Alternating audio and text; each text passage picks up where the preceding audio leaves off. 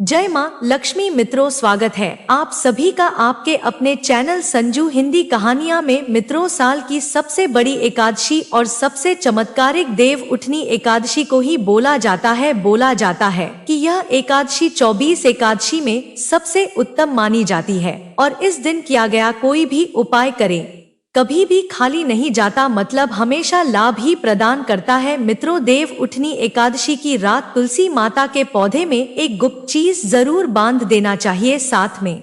मित्रों, देव उठनी एकादशी के दिन गाय माता को एक गुप्त चीज जरूर ही खिलाना चाहिए और साथ में हम आपको बताएंगे कि जो भी भक्त सच्चे दिल से सच्चे मन से देव उठनी एकादशी के दिन यह एक गुप्त चीज का लगा ले तो उसके ऊपर जमकर धन दौलत आती है, धन की बारिश होती है, सुख समृद्धि आती है, हर मनोकामना पूरी होती है। मित्रों, अगर आज की वीडियो आपने पूरा देख ली तो मानकर चलिए आपका दुर्भाग्य को आज हम खत्म करवा देंगे, क्योंकि जो भी भाई बहन माता बहन इस वीडियो को सच्चे दिल से माँ लक्ष्मी के लिए पूरी सच्ची निष्ठा से देखते हैं, वीडियो को लाइक करते हैं, चैनल संजू हिंदी कहानियां को सब्सक्राइब करते हैं और कमेंट बॉक्स में जय श्री हरि विष्णु लिखते हैं, जय मां लक्ष्मी लिखते हैं, तो उनके जीवन में कभी कोई कष्ट दुख दर्द कोई भी राहु दोष पितृ दोष हमेशा के लिए समाप्त हो जाते हैं, नष्ट हो जाते हैं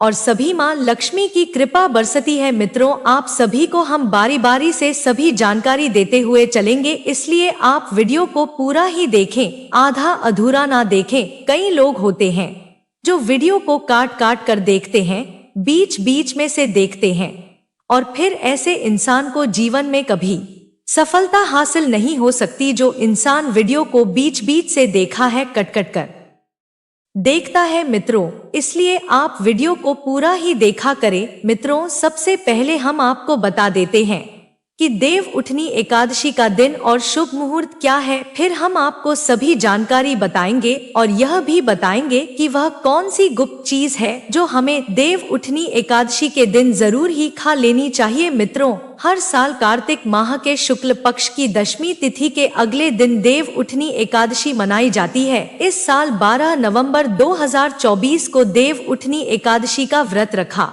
जाएगा। हर साल कार्तिक माह के शुक्ल पक्ष की दमी तिथि के अगले दिन देव उठनी एकादशी मनाई जाती है। इस साल 12 नवंबर 2024 को देव उठनी एकादशी का व्रत मनाया जाएगा। इस दिन हर्षण योग और सर्वार्थ सिद्धि योग का अद्भुत संयोग बन रहा है। इस योग में भगवान श्री हरि विष्णु की पूजा करने से साधक को मनोवांछित फलों की प्राप्ति होती है। इस दौरान माता लक्ष्मी की पूजा करना और भी फलदायक माना जाता है। दोनों की साथ में पूजा करने से शादीशुदा जीवन में सुख समृद्धि का वास होता है। हमारे हिंदू सनातन में देव उठनी एकादशी को बहुत खास बताया गया है, क्योंकि इस दिन भगवान श्री हरि विष्णु 4 माह के लंबे योग नींद से जागते हैं।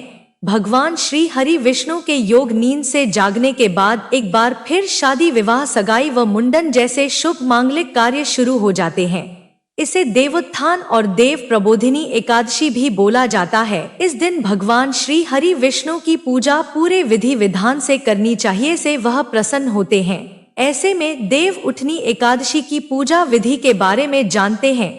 देव उठनी एकादशी तिथि 2024 कार्तिक माह में आने वाली शुक्ल पक्ष की एकादशी तिथि की शुरुआत 11 नवंबर को शाम 6:46 से होगी। इस तिथि का समापन अगले दिन 12 नवंबर को दोपहर बाद 4:04 पर होगा। देवोत्थान एकादशी के नियम। देव उठनी एकादशी पर केवल निर्जल या जलीय पदार्थों पर ही व्रत रखना चाहिए। अगर रोगी, वृद्ध, बालक या व्यस्त इंसान है तो केवल एक वेला का व्रत रखना चाहिए। इस दिन चावल और नमक से परहेज करना चाहिए। भगवान श्री हरि विष्णु या अपने इष्ट देव की उपासना करें। तामसिक भोजन, प्याज, लहसुन, मांस, मदिरा या बासी भोजन का सेवन बिल्कुल ना करें। आज के दिन ओम नमो भगवते वासुदेवाय नमः मंत्र का जाप करना चाहिए। देवोत्थान एकादशी की पूजा विधि। इस दिन गन्ने का मंडप बनाएं और बीच में चौक बनाएं। चौक के बीच में चाहे तो भगवान श्री हरि विष्णु का तस्वीर या मूर्ति रख सकते हैं। चौक के साथ ही भगवान के चरण चिन्ह बनाए जाते हैं जो ढके रहने चाहिए। भगवान को गन्ना, सिंघाड़ा और फल मिठाई अर्पित किया जाता है। फिर घी का एक दीप जलाएं, इसे रात भर जलने दे। फिर भोर में भगवान के चरणों की विधिवत पूजा करें और चरणों को स्पर्श करके उनको जगाएं, कीर्तन करें। व्रत की कथा सुने। इसके बाद से सारे मंगल कार्य विधिवत शुरू किए जा सकते हैं। कहते हैं कि भगवान के चरणों का स्पर्श करके जो मनोकामना मांगते हैं वह पूरी हो जाती है। देव उठने के बाद तुलसी विवाह। भगवान श्री हरि विष्णु के योग नींद से जागने के बाद उनके शालिग्राम स्वरूप का तुलसी माता से विवाह कराया जाता है। भगवान श्री हरि विष्णु को तुलसी सर्वाधिक प्रिय है। इस दिन मात्र तुलसी अर्पित करने से भगवान श्री हरि विष्णु को प्रसन्न किया जाता है। इसके पीछे प्रकृति के संरक्षण और विवाहित सुख की भावना होती है। जो लोग इसे संपन्न कराते हैं उन्हें विवाहित सुख प्राप्त होता है। एकादशी के दिन यथाशक्ति अन्न दान करें, लेकिन खुद किसी अन्य का दिया हुआ अन्न कदापि ग्रहण ना करें। किसी कारणवश निराहार रहकर व्रत करना संभव ना हो तो एक बार भोजन करें। इस दिन दूध या जल का सेवन कर सकते हैं। एकादशी व्रत में शकरकंद, कुत्तुम दना, नारियल, काली मिर्च, सेंधा नमक, दूध, बादाम, अदरक, चीनी आदि पदार्थ खाने में शामिल कर सकते हैं।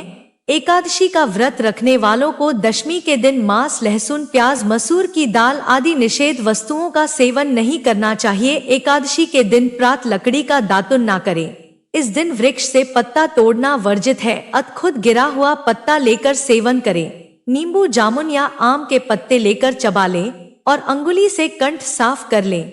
यदि यह संभव ना हो तो जल से 12 बार कुल्ले कर लें। एकादशी 11 के दिन व्रतधारी इंसान को गाजर, शलजम, गोभी, पालक आदि का सेवन नहीं करना चाहिए। एकादशी पर भगवान श्री हरि विष्णु की पूजा में मीठा पान अर्पित किया जाता है, लेकिन इस दिन पान खाना भी वर्जित है। फलों में केला, आम, अंगूर, बादाम, पिस्ता आदि अमृत फलों का सेवन करें। सूखे मेवे जैसे बादाम, पिस्ता आदि का सेवन किया जाता है। एकादशी तिथि पर जौ, बैंगन और सेम फली नहीं खानी चाहिए। इस व्रत में सात्विक भोजन करें।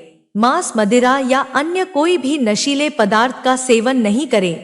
प्रत्येक वस्तु भगवान श्री हरि विष्णु को भोग लगाकर तथा तुलसी दल छोड़कर ग्रहण करना चाहिए। देव उठनी एकादशी के दिन क्या ना करे। देव उठनी एकादशी के दिन भगवान श्री हरि विष्णु नींद से जागते हैं और इसी के साथ सारे शुभ कार्य शुरू होते हैं। ऐसा बोला जाता है कि देव उठनी एकादशी पर दोपहर में नहीं सोना चाहिए। हमारे सनातन धार्मिक ग्रंथों में कहा गया है कि इस दिन भगवान श्री हरि विष्णु की भक्ति में लीन रहना चाहिए। देव उठनी एकादशी के दिन किसी भी इंसान को भूल से भी चावल नहीं खाना चाहिए। चावल से बनी चीजों से भी इस दिन दूर ही रहना चाहिए। पंडितों का कहना है कि चावल खाने से मन और शरीर स्थिर नहीं रहता है। देव उठनी एकादशी के दिन लहसुन और प्याज के सेवन से भी बचना चाहिए, क्योंकि यह दोनों तामसिक भोजन में आते हैं।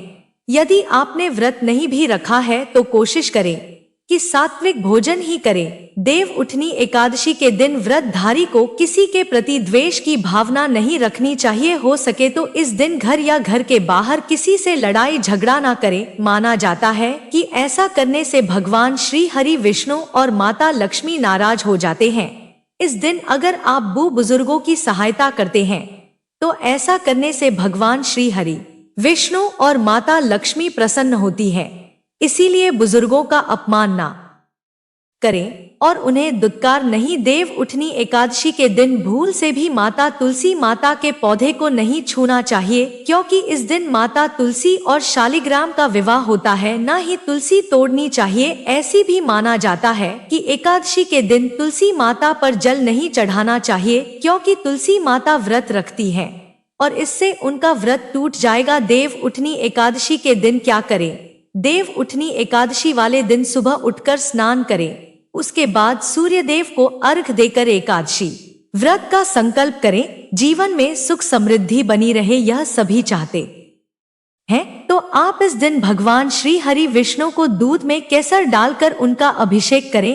अंत में भगवान श्री हरि विष्णु की आरती करें। इस उपाय को करने से भगवान श्री हरि विष्णु प्रसन्न होते हैं। आपको जीवन में सफलता मिले, इसके लिए आप इस दिन भगवान श्री हरि विष्णु की विधि विधान से पूजा करें। दान पुण्य करें। सौभाग्य प्राप्ति के लिए स्त्रियां इस दिन व्रत रखती हैं। हो सके तो व्रत वाले दिन आप विष्णु सहस्त्र का पाठ करें। देव उठनी एकादशी पर भगवान श्री हरि विष्णु को सफेद रंग का भोग लगाएं। इस दिन खीर या सफेद रंग की कोई भी मिठाई का भोग लगाने से भगवान श्री हरि विष्णु प्रसन्न होते हैं। देव उठनी एकादशी वाले दिन आप निर्जला व्रत रखें, लेकिन अगर आप गृहस्थ जीवन में हैं तो फलाहारी व्रत रख सकती है। इस दिन ब्राह्मणों को दान दक्षिणा देकर उनसे आशीर्वाद प्राप्त करें। देव उठनी एकादशी पर तुलसी माता पर चढ़ाएं। इस रंग के कपड़े हमारे हिंदू सनातन में सभी देवी देवता को पूजा करने के साथ भोग और कपड़े आदि चढ़ाने की परंपरा है। ठीक उसी तरह तुलसी माता को भी माता लक्ष्मी का स्वरूप माना जाता है, इसलिए उन्हें भी कपड़े अर्पित किए जाते हैं। चढ़ाएं। लाल रंग के कपड़े तुलसी माता के पौधे में लाल रंग की चुनरी चढ़ाना फलदायक माना जाता है। हमारे सनातन ज्योतिष शास्त्र के लिहाज से लाल रंग मंगल का प्रतिनिधित्व करता है। हमारे सनातन शास्त्रों के अनुसार देव उठनी एकादशी के दिन तुलसी माता को लाल रंग के कपड़े चढ़ाना चाहिए। ऐसे में अगर किसी के कर्मों के कारण मुंह से अब भी निकल रहे होते हैं तो उन्हें भी यह लाल कपड़े रोक लेते हैं। इसके साथ ही धन संपदा सुख समृद्धि की प्राप्ति होती है। चढ़ाएं। लाल रंग के कपड़े तुलसी माता के पौधे में लाल रंग की चुनरी चढ़ाना फलदायक माना जाता है। हमारे सनातन ज्योतिष शास्त्र के लिहाज से लाल रंग मंगल का प्रतिनिधित्व करता है। हमारे सनातन शास्त्रों के अनुसार देव उठनी एकादशी के दिन तुलसी माता को लाल रंग के कपड़े चढ़ाना चाहिए। ऐसे में अगर किसी के कर्मों के कारण मुंह से अपशब्द भी निकल रहे होते हैं तो उन्हें भी यह लाल कपड़े रोक लेते हैं। इसके साथ ही धन संपत्ति सुख समृद्धि की प्राप्ति होती है। पीले रंग के कपड़े पहने एकादशी के दिन भगवान श्री हरि विष्णु का आशीर्वाद पाने के लिए नहाने के जल में एक छुटकी हल्दी डालकर स्नान करें और उसके बाद पीले रंग के कपड़े पहने। ऐसा करने से भगवान श्री हरि विष्णु की कृपा बनी रहती है। करियर में होगा सुधार। अगर आपके भी करियर में बाधा आ रही है तो देव उठनी एकादशी के दिन भगवान श्री हरि विष्णु को केसर वाले दूध से अभिषेक करें। ऐसा करने से सारी परेशानियां दूर हो जाती है। विवाह के योग्य अगर किसी इंसान को विवाह से जुड़ी परेशानियों का सामना करना पड़ रहा है तो वह देव उठनी एकादशी के दिन विष्णु की पूजा के दौरान केसर हल्दी या पीले चंदन का तिलक करें। उसके बाद भगवान श्री हरि विष्णु को पीले रंग के फूल अर्पित करें। ऐसा करने से विवाह के योग शीघ्र बनते हैं। मिलेगी कर्ज से मुक्ति। कर्ज से मुक्ति पाने के लिए देव उठनी एकादशी के दिन पीपल के पेड़ पर जल चढ़ाना चाहिए। इसके बाद शाम को पेड़ के नीचे दीप जलाए। माना जाता है कि इन उपायों को करने से इंसान को जल्द ही कर्ज से मुक्ति मिल सकती है। धन की कमी नहीं होगी। कार्तिक माह में तुलसी माता की पूजा करने का खास महत्व। देव उठनी एकादशी के दिन तुलसी माता के पौधे में गन्ने का रस मिलाकर चढ़ाएं। इसके बाद देसी घी का दीप जलाकर तुलसी माता की आरती करें। माना जाता है कि ऐसा करने से इंसान को कभी धन की कमी नहीं होता और जीवन से सभी कष्ट भी दूर होते हैं। मित्रों, अभी तक आपने जय जय माँ लक्ष्मी जय भगवान श्री हरि विष्णु ना लिखा हो तो जरूर ही लिख दीजिए। चलिए भगवान श्री हरि विष्णु के लिए आप ऐसी गलती भूलकर भी ना करें। यह गलती आपके भगवान श्री हरि विष्णु को क्रोधित कर सकती है, इसीलिए ऐसी गलती भी नहीं करना चाहिए। मित्रों, और कमेंट बॉक्स में आप अपनी राशि जरूर डाल दी, क्योंकि हम राशि से जुड़ा भाग्य भी बताते हैं, इसलिए कमेंट बॉक्स में आप अपनी राशि जरूर ही डाल दीजिए। चलिए आगे जान लेते हैं कौन सी गलतियां भगवान श्री हरि विष्णु को क्रोधित कर सकती हैं। इसलिए आप ऐसी गलती भूल कर भी ना करें, भूल से भी ना करें। यह गलती एक दोपहर में नहीं, सोए 4 माह के लंबे समय के बाद भगवान श्री हरि विष्णु योग नींद से बाहर आते हैं। ऐसे में हमें दोपहर में नहीं सोना चाहिए और भगवान श्री हरि विष्णु का कीर्तन भजन करना चाहिए। इससे माता लक्ष्मी प्रसन्ना होती हैं और धन लाभ होता है। और सोना अशुभ और भगवान का अनादर माना जाता है। चावल का सेवन नहीं करें। पौराणिक मान्यताओं और कहानियों में एकादशी के दिन चावल खाने की मना है।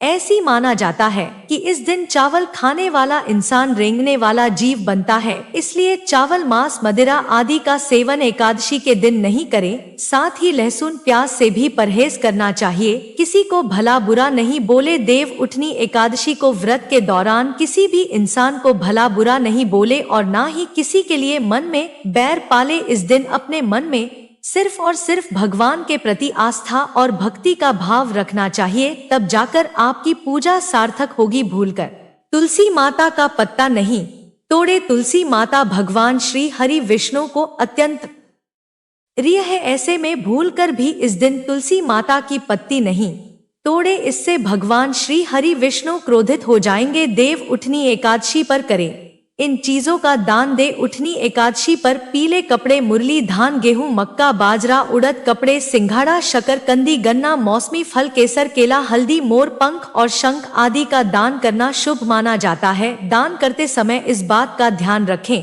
कि इसका जिक्र किसी तीसरे इंसान से गलती से ना करें, क्योंकि दान को जितना हो सके उतना छिपाकर करना चाहिए। मित्रों, यह भी जानना आपके लिए बेहद खास, बेहद ही जरूरी और खास है कि देवोत्थान एकादशी का महत्व हमारे वेदों और पुराणों में ऐसी माना जाता है कि दीपावली के बाद होने वाली इस एकादशी के दिन भगवान का उत्थान होता है। इसलिए विवाह, उपनयन या गृह प्रवेश आदि जैसे सभी शुभ कार्य देवोत्थान 11 के बाद से शुरू होते हैं। इसी कारण इस 11 के दिन तुलसी विवाह भी किया जाता है। घरों में चावल के आटे से चाक बनाया जाता है तथा बांस के छत्र, कैनोपी के बीच भगवान श्री हरि विष्णु की पूजा की जाती है। इस दिन पटाखे भी जलाए जाते हैं। देवथानम तौर पर छोटी दीपावली के नाम से भी जाना जाता है। गसी के इस दिन से मंगल का संवाहक फिर से अपनी शक्ति प्राप्त करता है। कार्तिक शुक्ल एकादशी के दिन तुलसी विवाह के साथ ही घर में सभी पॉजिटिव कार्य सुचारू रूप से किए जा सकते हैं। तुलसी माता का पौधा प्रकृति का चित्रण करने के साथ ही एक औषधीय पौधा भी माना जाने के कारण लाभप्रद होने से सभी को दान में दिया जाता है। 4 महीनों की नींद से भगवान श्री हरि विष्णु के जागने के बाद उस क्षण के बाद से सभी शुभ कार्य किए जा सकते हैं। भारतीय कैलेंडर के अनुसार एकादशी का दिन वास्तव में नीरस होने के कारण खास रीति रिवाजों के साथ मनाया जाता है। इस दिन से विवाह और कई अन्य शुभ कार्यक्रमों की शुरुआत होती है। इस दिन व्रत रखने का भी अत्यधिक महत्व बताया गया है। स्त्रियां तुलसी विवाह के दिन अपने लन को मलमल से सजाकर इस त्योहार को भजन और गीतों के साथ मनाती हैं। दीपदान के लाभ ऐसा बोला जाता है कि अनुसार देवोत्थान एकादशी भगवान श्री हरि विष्णु के शालिग्राम रूप और देवी वृंदा तुलसी माता के विवाह का दिन होता है। भगवान श्री हरि विष्णु की नींद के 4 महीनों के दौरान सृष्टि के कार्यों से मुक्त होने पर, भगवान रुद्र के शांत हो जाने पर भगवान श्री हरि विष्णु 4 महीनों लंबी नींद से जागने के बाद ब्रह्मांड के प्रबंधन कार्यों को फिर से शुरू करते हैं। अतः इस दिन पूर्ण समर्पण और विश्वास के साथ भगवान श्री हरि विष्णु की पूजा की जाती है। दिन के उजाले में घर की छत पर दीप रखकर आनंद और सुख में वृद्धि करने के लिए रात में रोशनी करके घर के किसी भी हिस्से में अंधेरा नहीं होने देना चाहिए। आखिर भगवान श्री हरि विष्णु नींद में क्यों जाते हैं? एक समय की बात है, भगवान श्री हरि विष्णु से उनकी प्रिया लक्ष्मी जी ने कहा, भगवान श्री हरि विष्णु आप पूरे दिन जागते हैं और जब नींद लेते हैं तो वर्षों के लिए नींद में चले जाते हैं, जिससे प्रकृति का संतुलन बिगड़ जाता है। इसलिए इसे समझते हुए योजना अनुसार नींद ले, जिससे मेरी भी मदद हो जाए। लक्ष्मी जी की बात सुनकर भगवान श्री हरि विष्णु ने मुस्कुराकर उत्तर दिया, देवी आपने सत्य और उचित ही कहा है। मेरे जागने से अन्य सभी देवताओं को और विशेष रूप से आपको मेरी सेवा के कारण विश्राम नहीं मिल पाता है। आज से मैं वर्षा रथ में 4 महीनों के लिए नींद में जाऊं, जो अल्प नींद और योग नींद कहलाएंगे, जिससे मेरे अनुयायियों पर परम कृपा बनी रहेगी। इस अवधि के दौरान मेरी नींद की भावना का ध्यान रखने वाले सभी भक्तों के घरों में हमेशा आपके साथ वास करके कृपा बरसाहंगा। तुलसी शालिग्राम विवाह कार्तिक मास में स्नान करने वाली स्त्रियों द्वारा एकादशी के दिन भगवान श्री हरि विष्णु, जिन्हें शालिग्राम के नाम से भी जाना जाता है, और विष्णुप्रिया तुलसी माता का विवाह कराया जाता है। तुलसी माता वृक्ष और शालिग्राम का विवाह समारोह सुंदर से मंडप में किया जाता है। समारोह के दौरान नामा आष्ट सहित विष्णु सहस्त्र नाम का पाठ किया जाता है। हमारे सनातन शास्त्रों के अनुसार इस तुलसी शालिग्राम विवाह को मनाने का कारण सुखी शादीशुदा जीवन और पुण्य की प्राप्ति होता है। कार्तिक मास में तुलसी माता वृक्ष दान करने से बड़ा कोई दान नहीं होता पृथ्वी लोक में, जो इस प्रकार है। वृंदावनी वृंदा विश्व पूजिता विश्व पावनी पुष्प सारा नंदिनी कृष्ण जीवनी। और तुलसी माता भगवान श्री हरि विष्णु के पवित्र प्रसाद में तुलसी पत्र का होना अनिवार्य होता है और भगवान की माला और चरणों में तुलसी पत्र अर्पित किए जाते हैं। देवोत्थानी एकादशी पौराणिक व्रत कथा। एक बार एक राजा था और उसके राज्य में सभी एकादशी का व्रत रखते थे। एकादशी के दिन पशुओं सहित कोई भी भोजन नहीं दिया जाता था। एक दिन दूसरे राज्य से एक आदमी ने राजा के पास आकर नौकरी पर रखने का अनुरोध किया। राजा ने उसे नौकरी पर रखने की सहमति देने से पहले शर्त रखी कि उसे एकादशी के दिन को छोड़कर प्रत्येक दिन भोजन दिया जाएगा। उस समय उस आदमी ने राजा की शर्त मान ली, लेकिन एकादशी के दिन जब उसे फल दिए गए तो उसने फल लेने से मना कर दिया और राजा के पास जाकर विनती की कि यह फल उसके लिए पर्याप्त नहीं है और वह भूख से मर जाएगा, और उसने राजा से खाना देने की विनती की। इसके बाद राजा के शर्त याद दिलाने के बाद भी वह खाना छोड़ने के लिए तैयार नहीं हुआ, इसलिए राजा ने उसे आटा दाल चावल आदि दे दिए। राजा से भोजन प्राप्त करने के बाद उस आदमी ने सामान्य रूप से नदी में स्नान करके भोजन तैयार करना शुरू किया। भोजन बन जाने के बाद वह भगवान को आकर खाने के लिए बुलाने लगा। उसके पुकारने पर भगवान पीतांबर धारण करके चतुर्भुज रूप में आए और उसके साथ प्रेम से भोजन करने लगे। भोजन करने के बाद भगवान वहीं रुक गए और वह व्यक्ति अपने काम पर चला गया। 15 दिन के बाद दोबारा एकादशी आने पर उस आदमी ने राजा से दुगनी मात्रा में भोजन देने की विनती की। कारण पूछने पर उसने राजा को उत्तर दिया कि वह उस दिन भूखा रहा क्योंकि भगवान ने भी उसके साथ भोजन किया था जो 2 लोगों के लिए पर्याप्त नहीं था। यह सुनकर राजा आश्चर्यचकित रह गया तथा विश्वास करने को तैयार नहीं था कि भगवान उस आदमी के साथ भोजन करते हैं। राजा बोला कि वह एकादशी का व्रत रखते हैं, भगवान की पूजा करते हैं, लेकिन भगवान कभी भी उनके सामने प्रकट नहीं हुए। यह सुनने के बाद उस आदमी ने कहा कि अगर उन्हें विश्वास नहीं है तो वह उसके साथ चले और वृक्ष के पीछे छिपकर वहां जो कुछ हो रहा है उसे देख ले। उस आदमी के सच और झूठ को जानने की इच्छा से राजा नदी के पास जाकर पेड़ के पीछे छिप गए। हमेशा की तरह आदमी ने खाना पकाया और शाम तक भगवान को पुकारता रहा, लेकिन भगवान नहीं आए। आखिरकार उस आदमी ने भगवान से प्रार्थना की कि यदि वह नहीं आए तो वह नदी में कूदकर अपनी जान दे देगा, लेकिन भगवान फिर भी नहीं आए। तब वह खुद मरने के लिए नदी की तरफ चलने लगा। जीवन समाप्त करने की उसकी दृढ़ इच्छा शक्ति जानकर भगवान ने जल्दी से प्रकट होकर उसे ऐसा करने से रोका और फिर दोनों ने एक साथ भोजन का आनंद लिया। भोजन करने के बाद भगवान उसे अपने विमान से अपने धाम ले गए। यह देखकर राजा को एहसास हुआ कि जब तक मन शुद्ध ना हो तब तक व्रत करने का कोई लाभ नहीं है। इससे राजा को सीख मिली और उसने भी शुद्ध मन से व्रत करना प्रारंभ किया और अंत में स्वर्ग को प्राप्त किया। देव उठनी एकादशी कथा। एक राजा के राज्य में सभी लोग आनंद पूर्वक रहते थे। हालांकि उसके राज्य में कोई भी अन्न या खाद्य पदार्थ ना बेचकर सिर्फ फल बेचा करते थे। एक बार भगवान ने उनकी परीक्षा लेने का निर्णय किया और भगवान खुद एक सुंदर कन्या का रूप बदलकर मार्ग में बैठ गए। उसी समय राजा ने वहां से जाते हुए उसे देखकर पूर्ण आश्चर्य के साथ उससे पूछा, तुम कौन हो, तुम यहाँ क्यों बैठी हो? तब उस सुंदर महिला ने कहा कि मैं बेसहारा हूँ और इस शहर में मेरी कोई पहचान ना होने के कारण मैं किसी से मदद नहीं मांग सकती हूँ।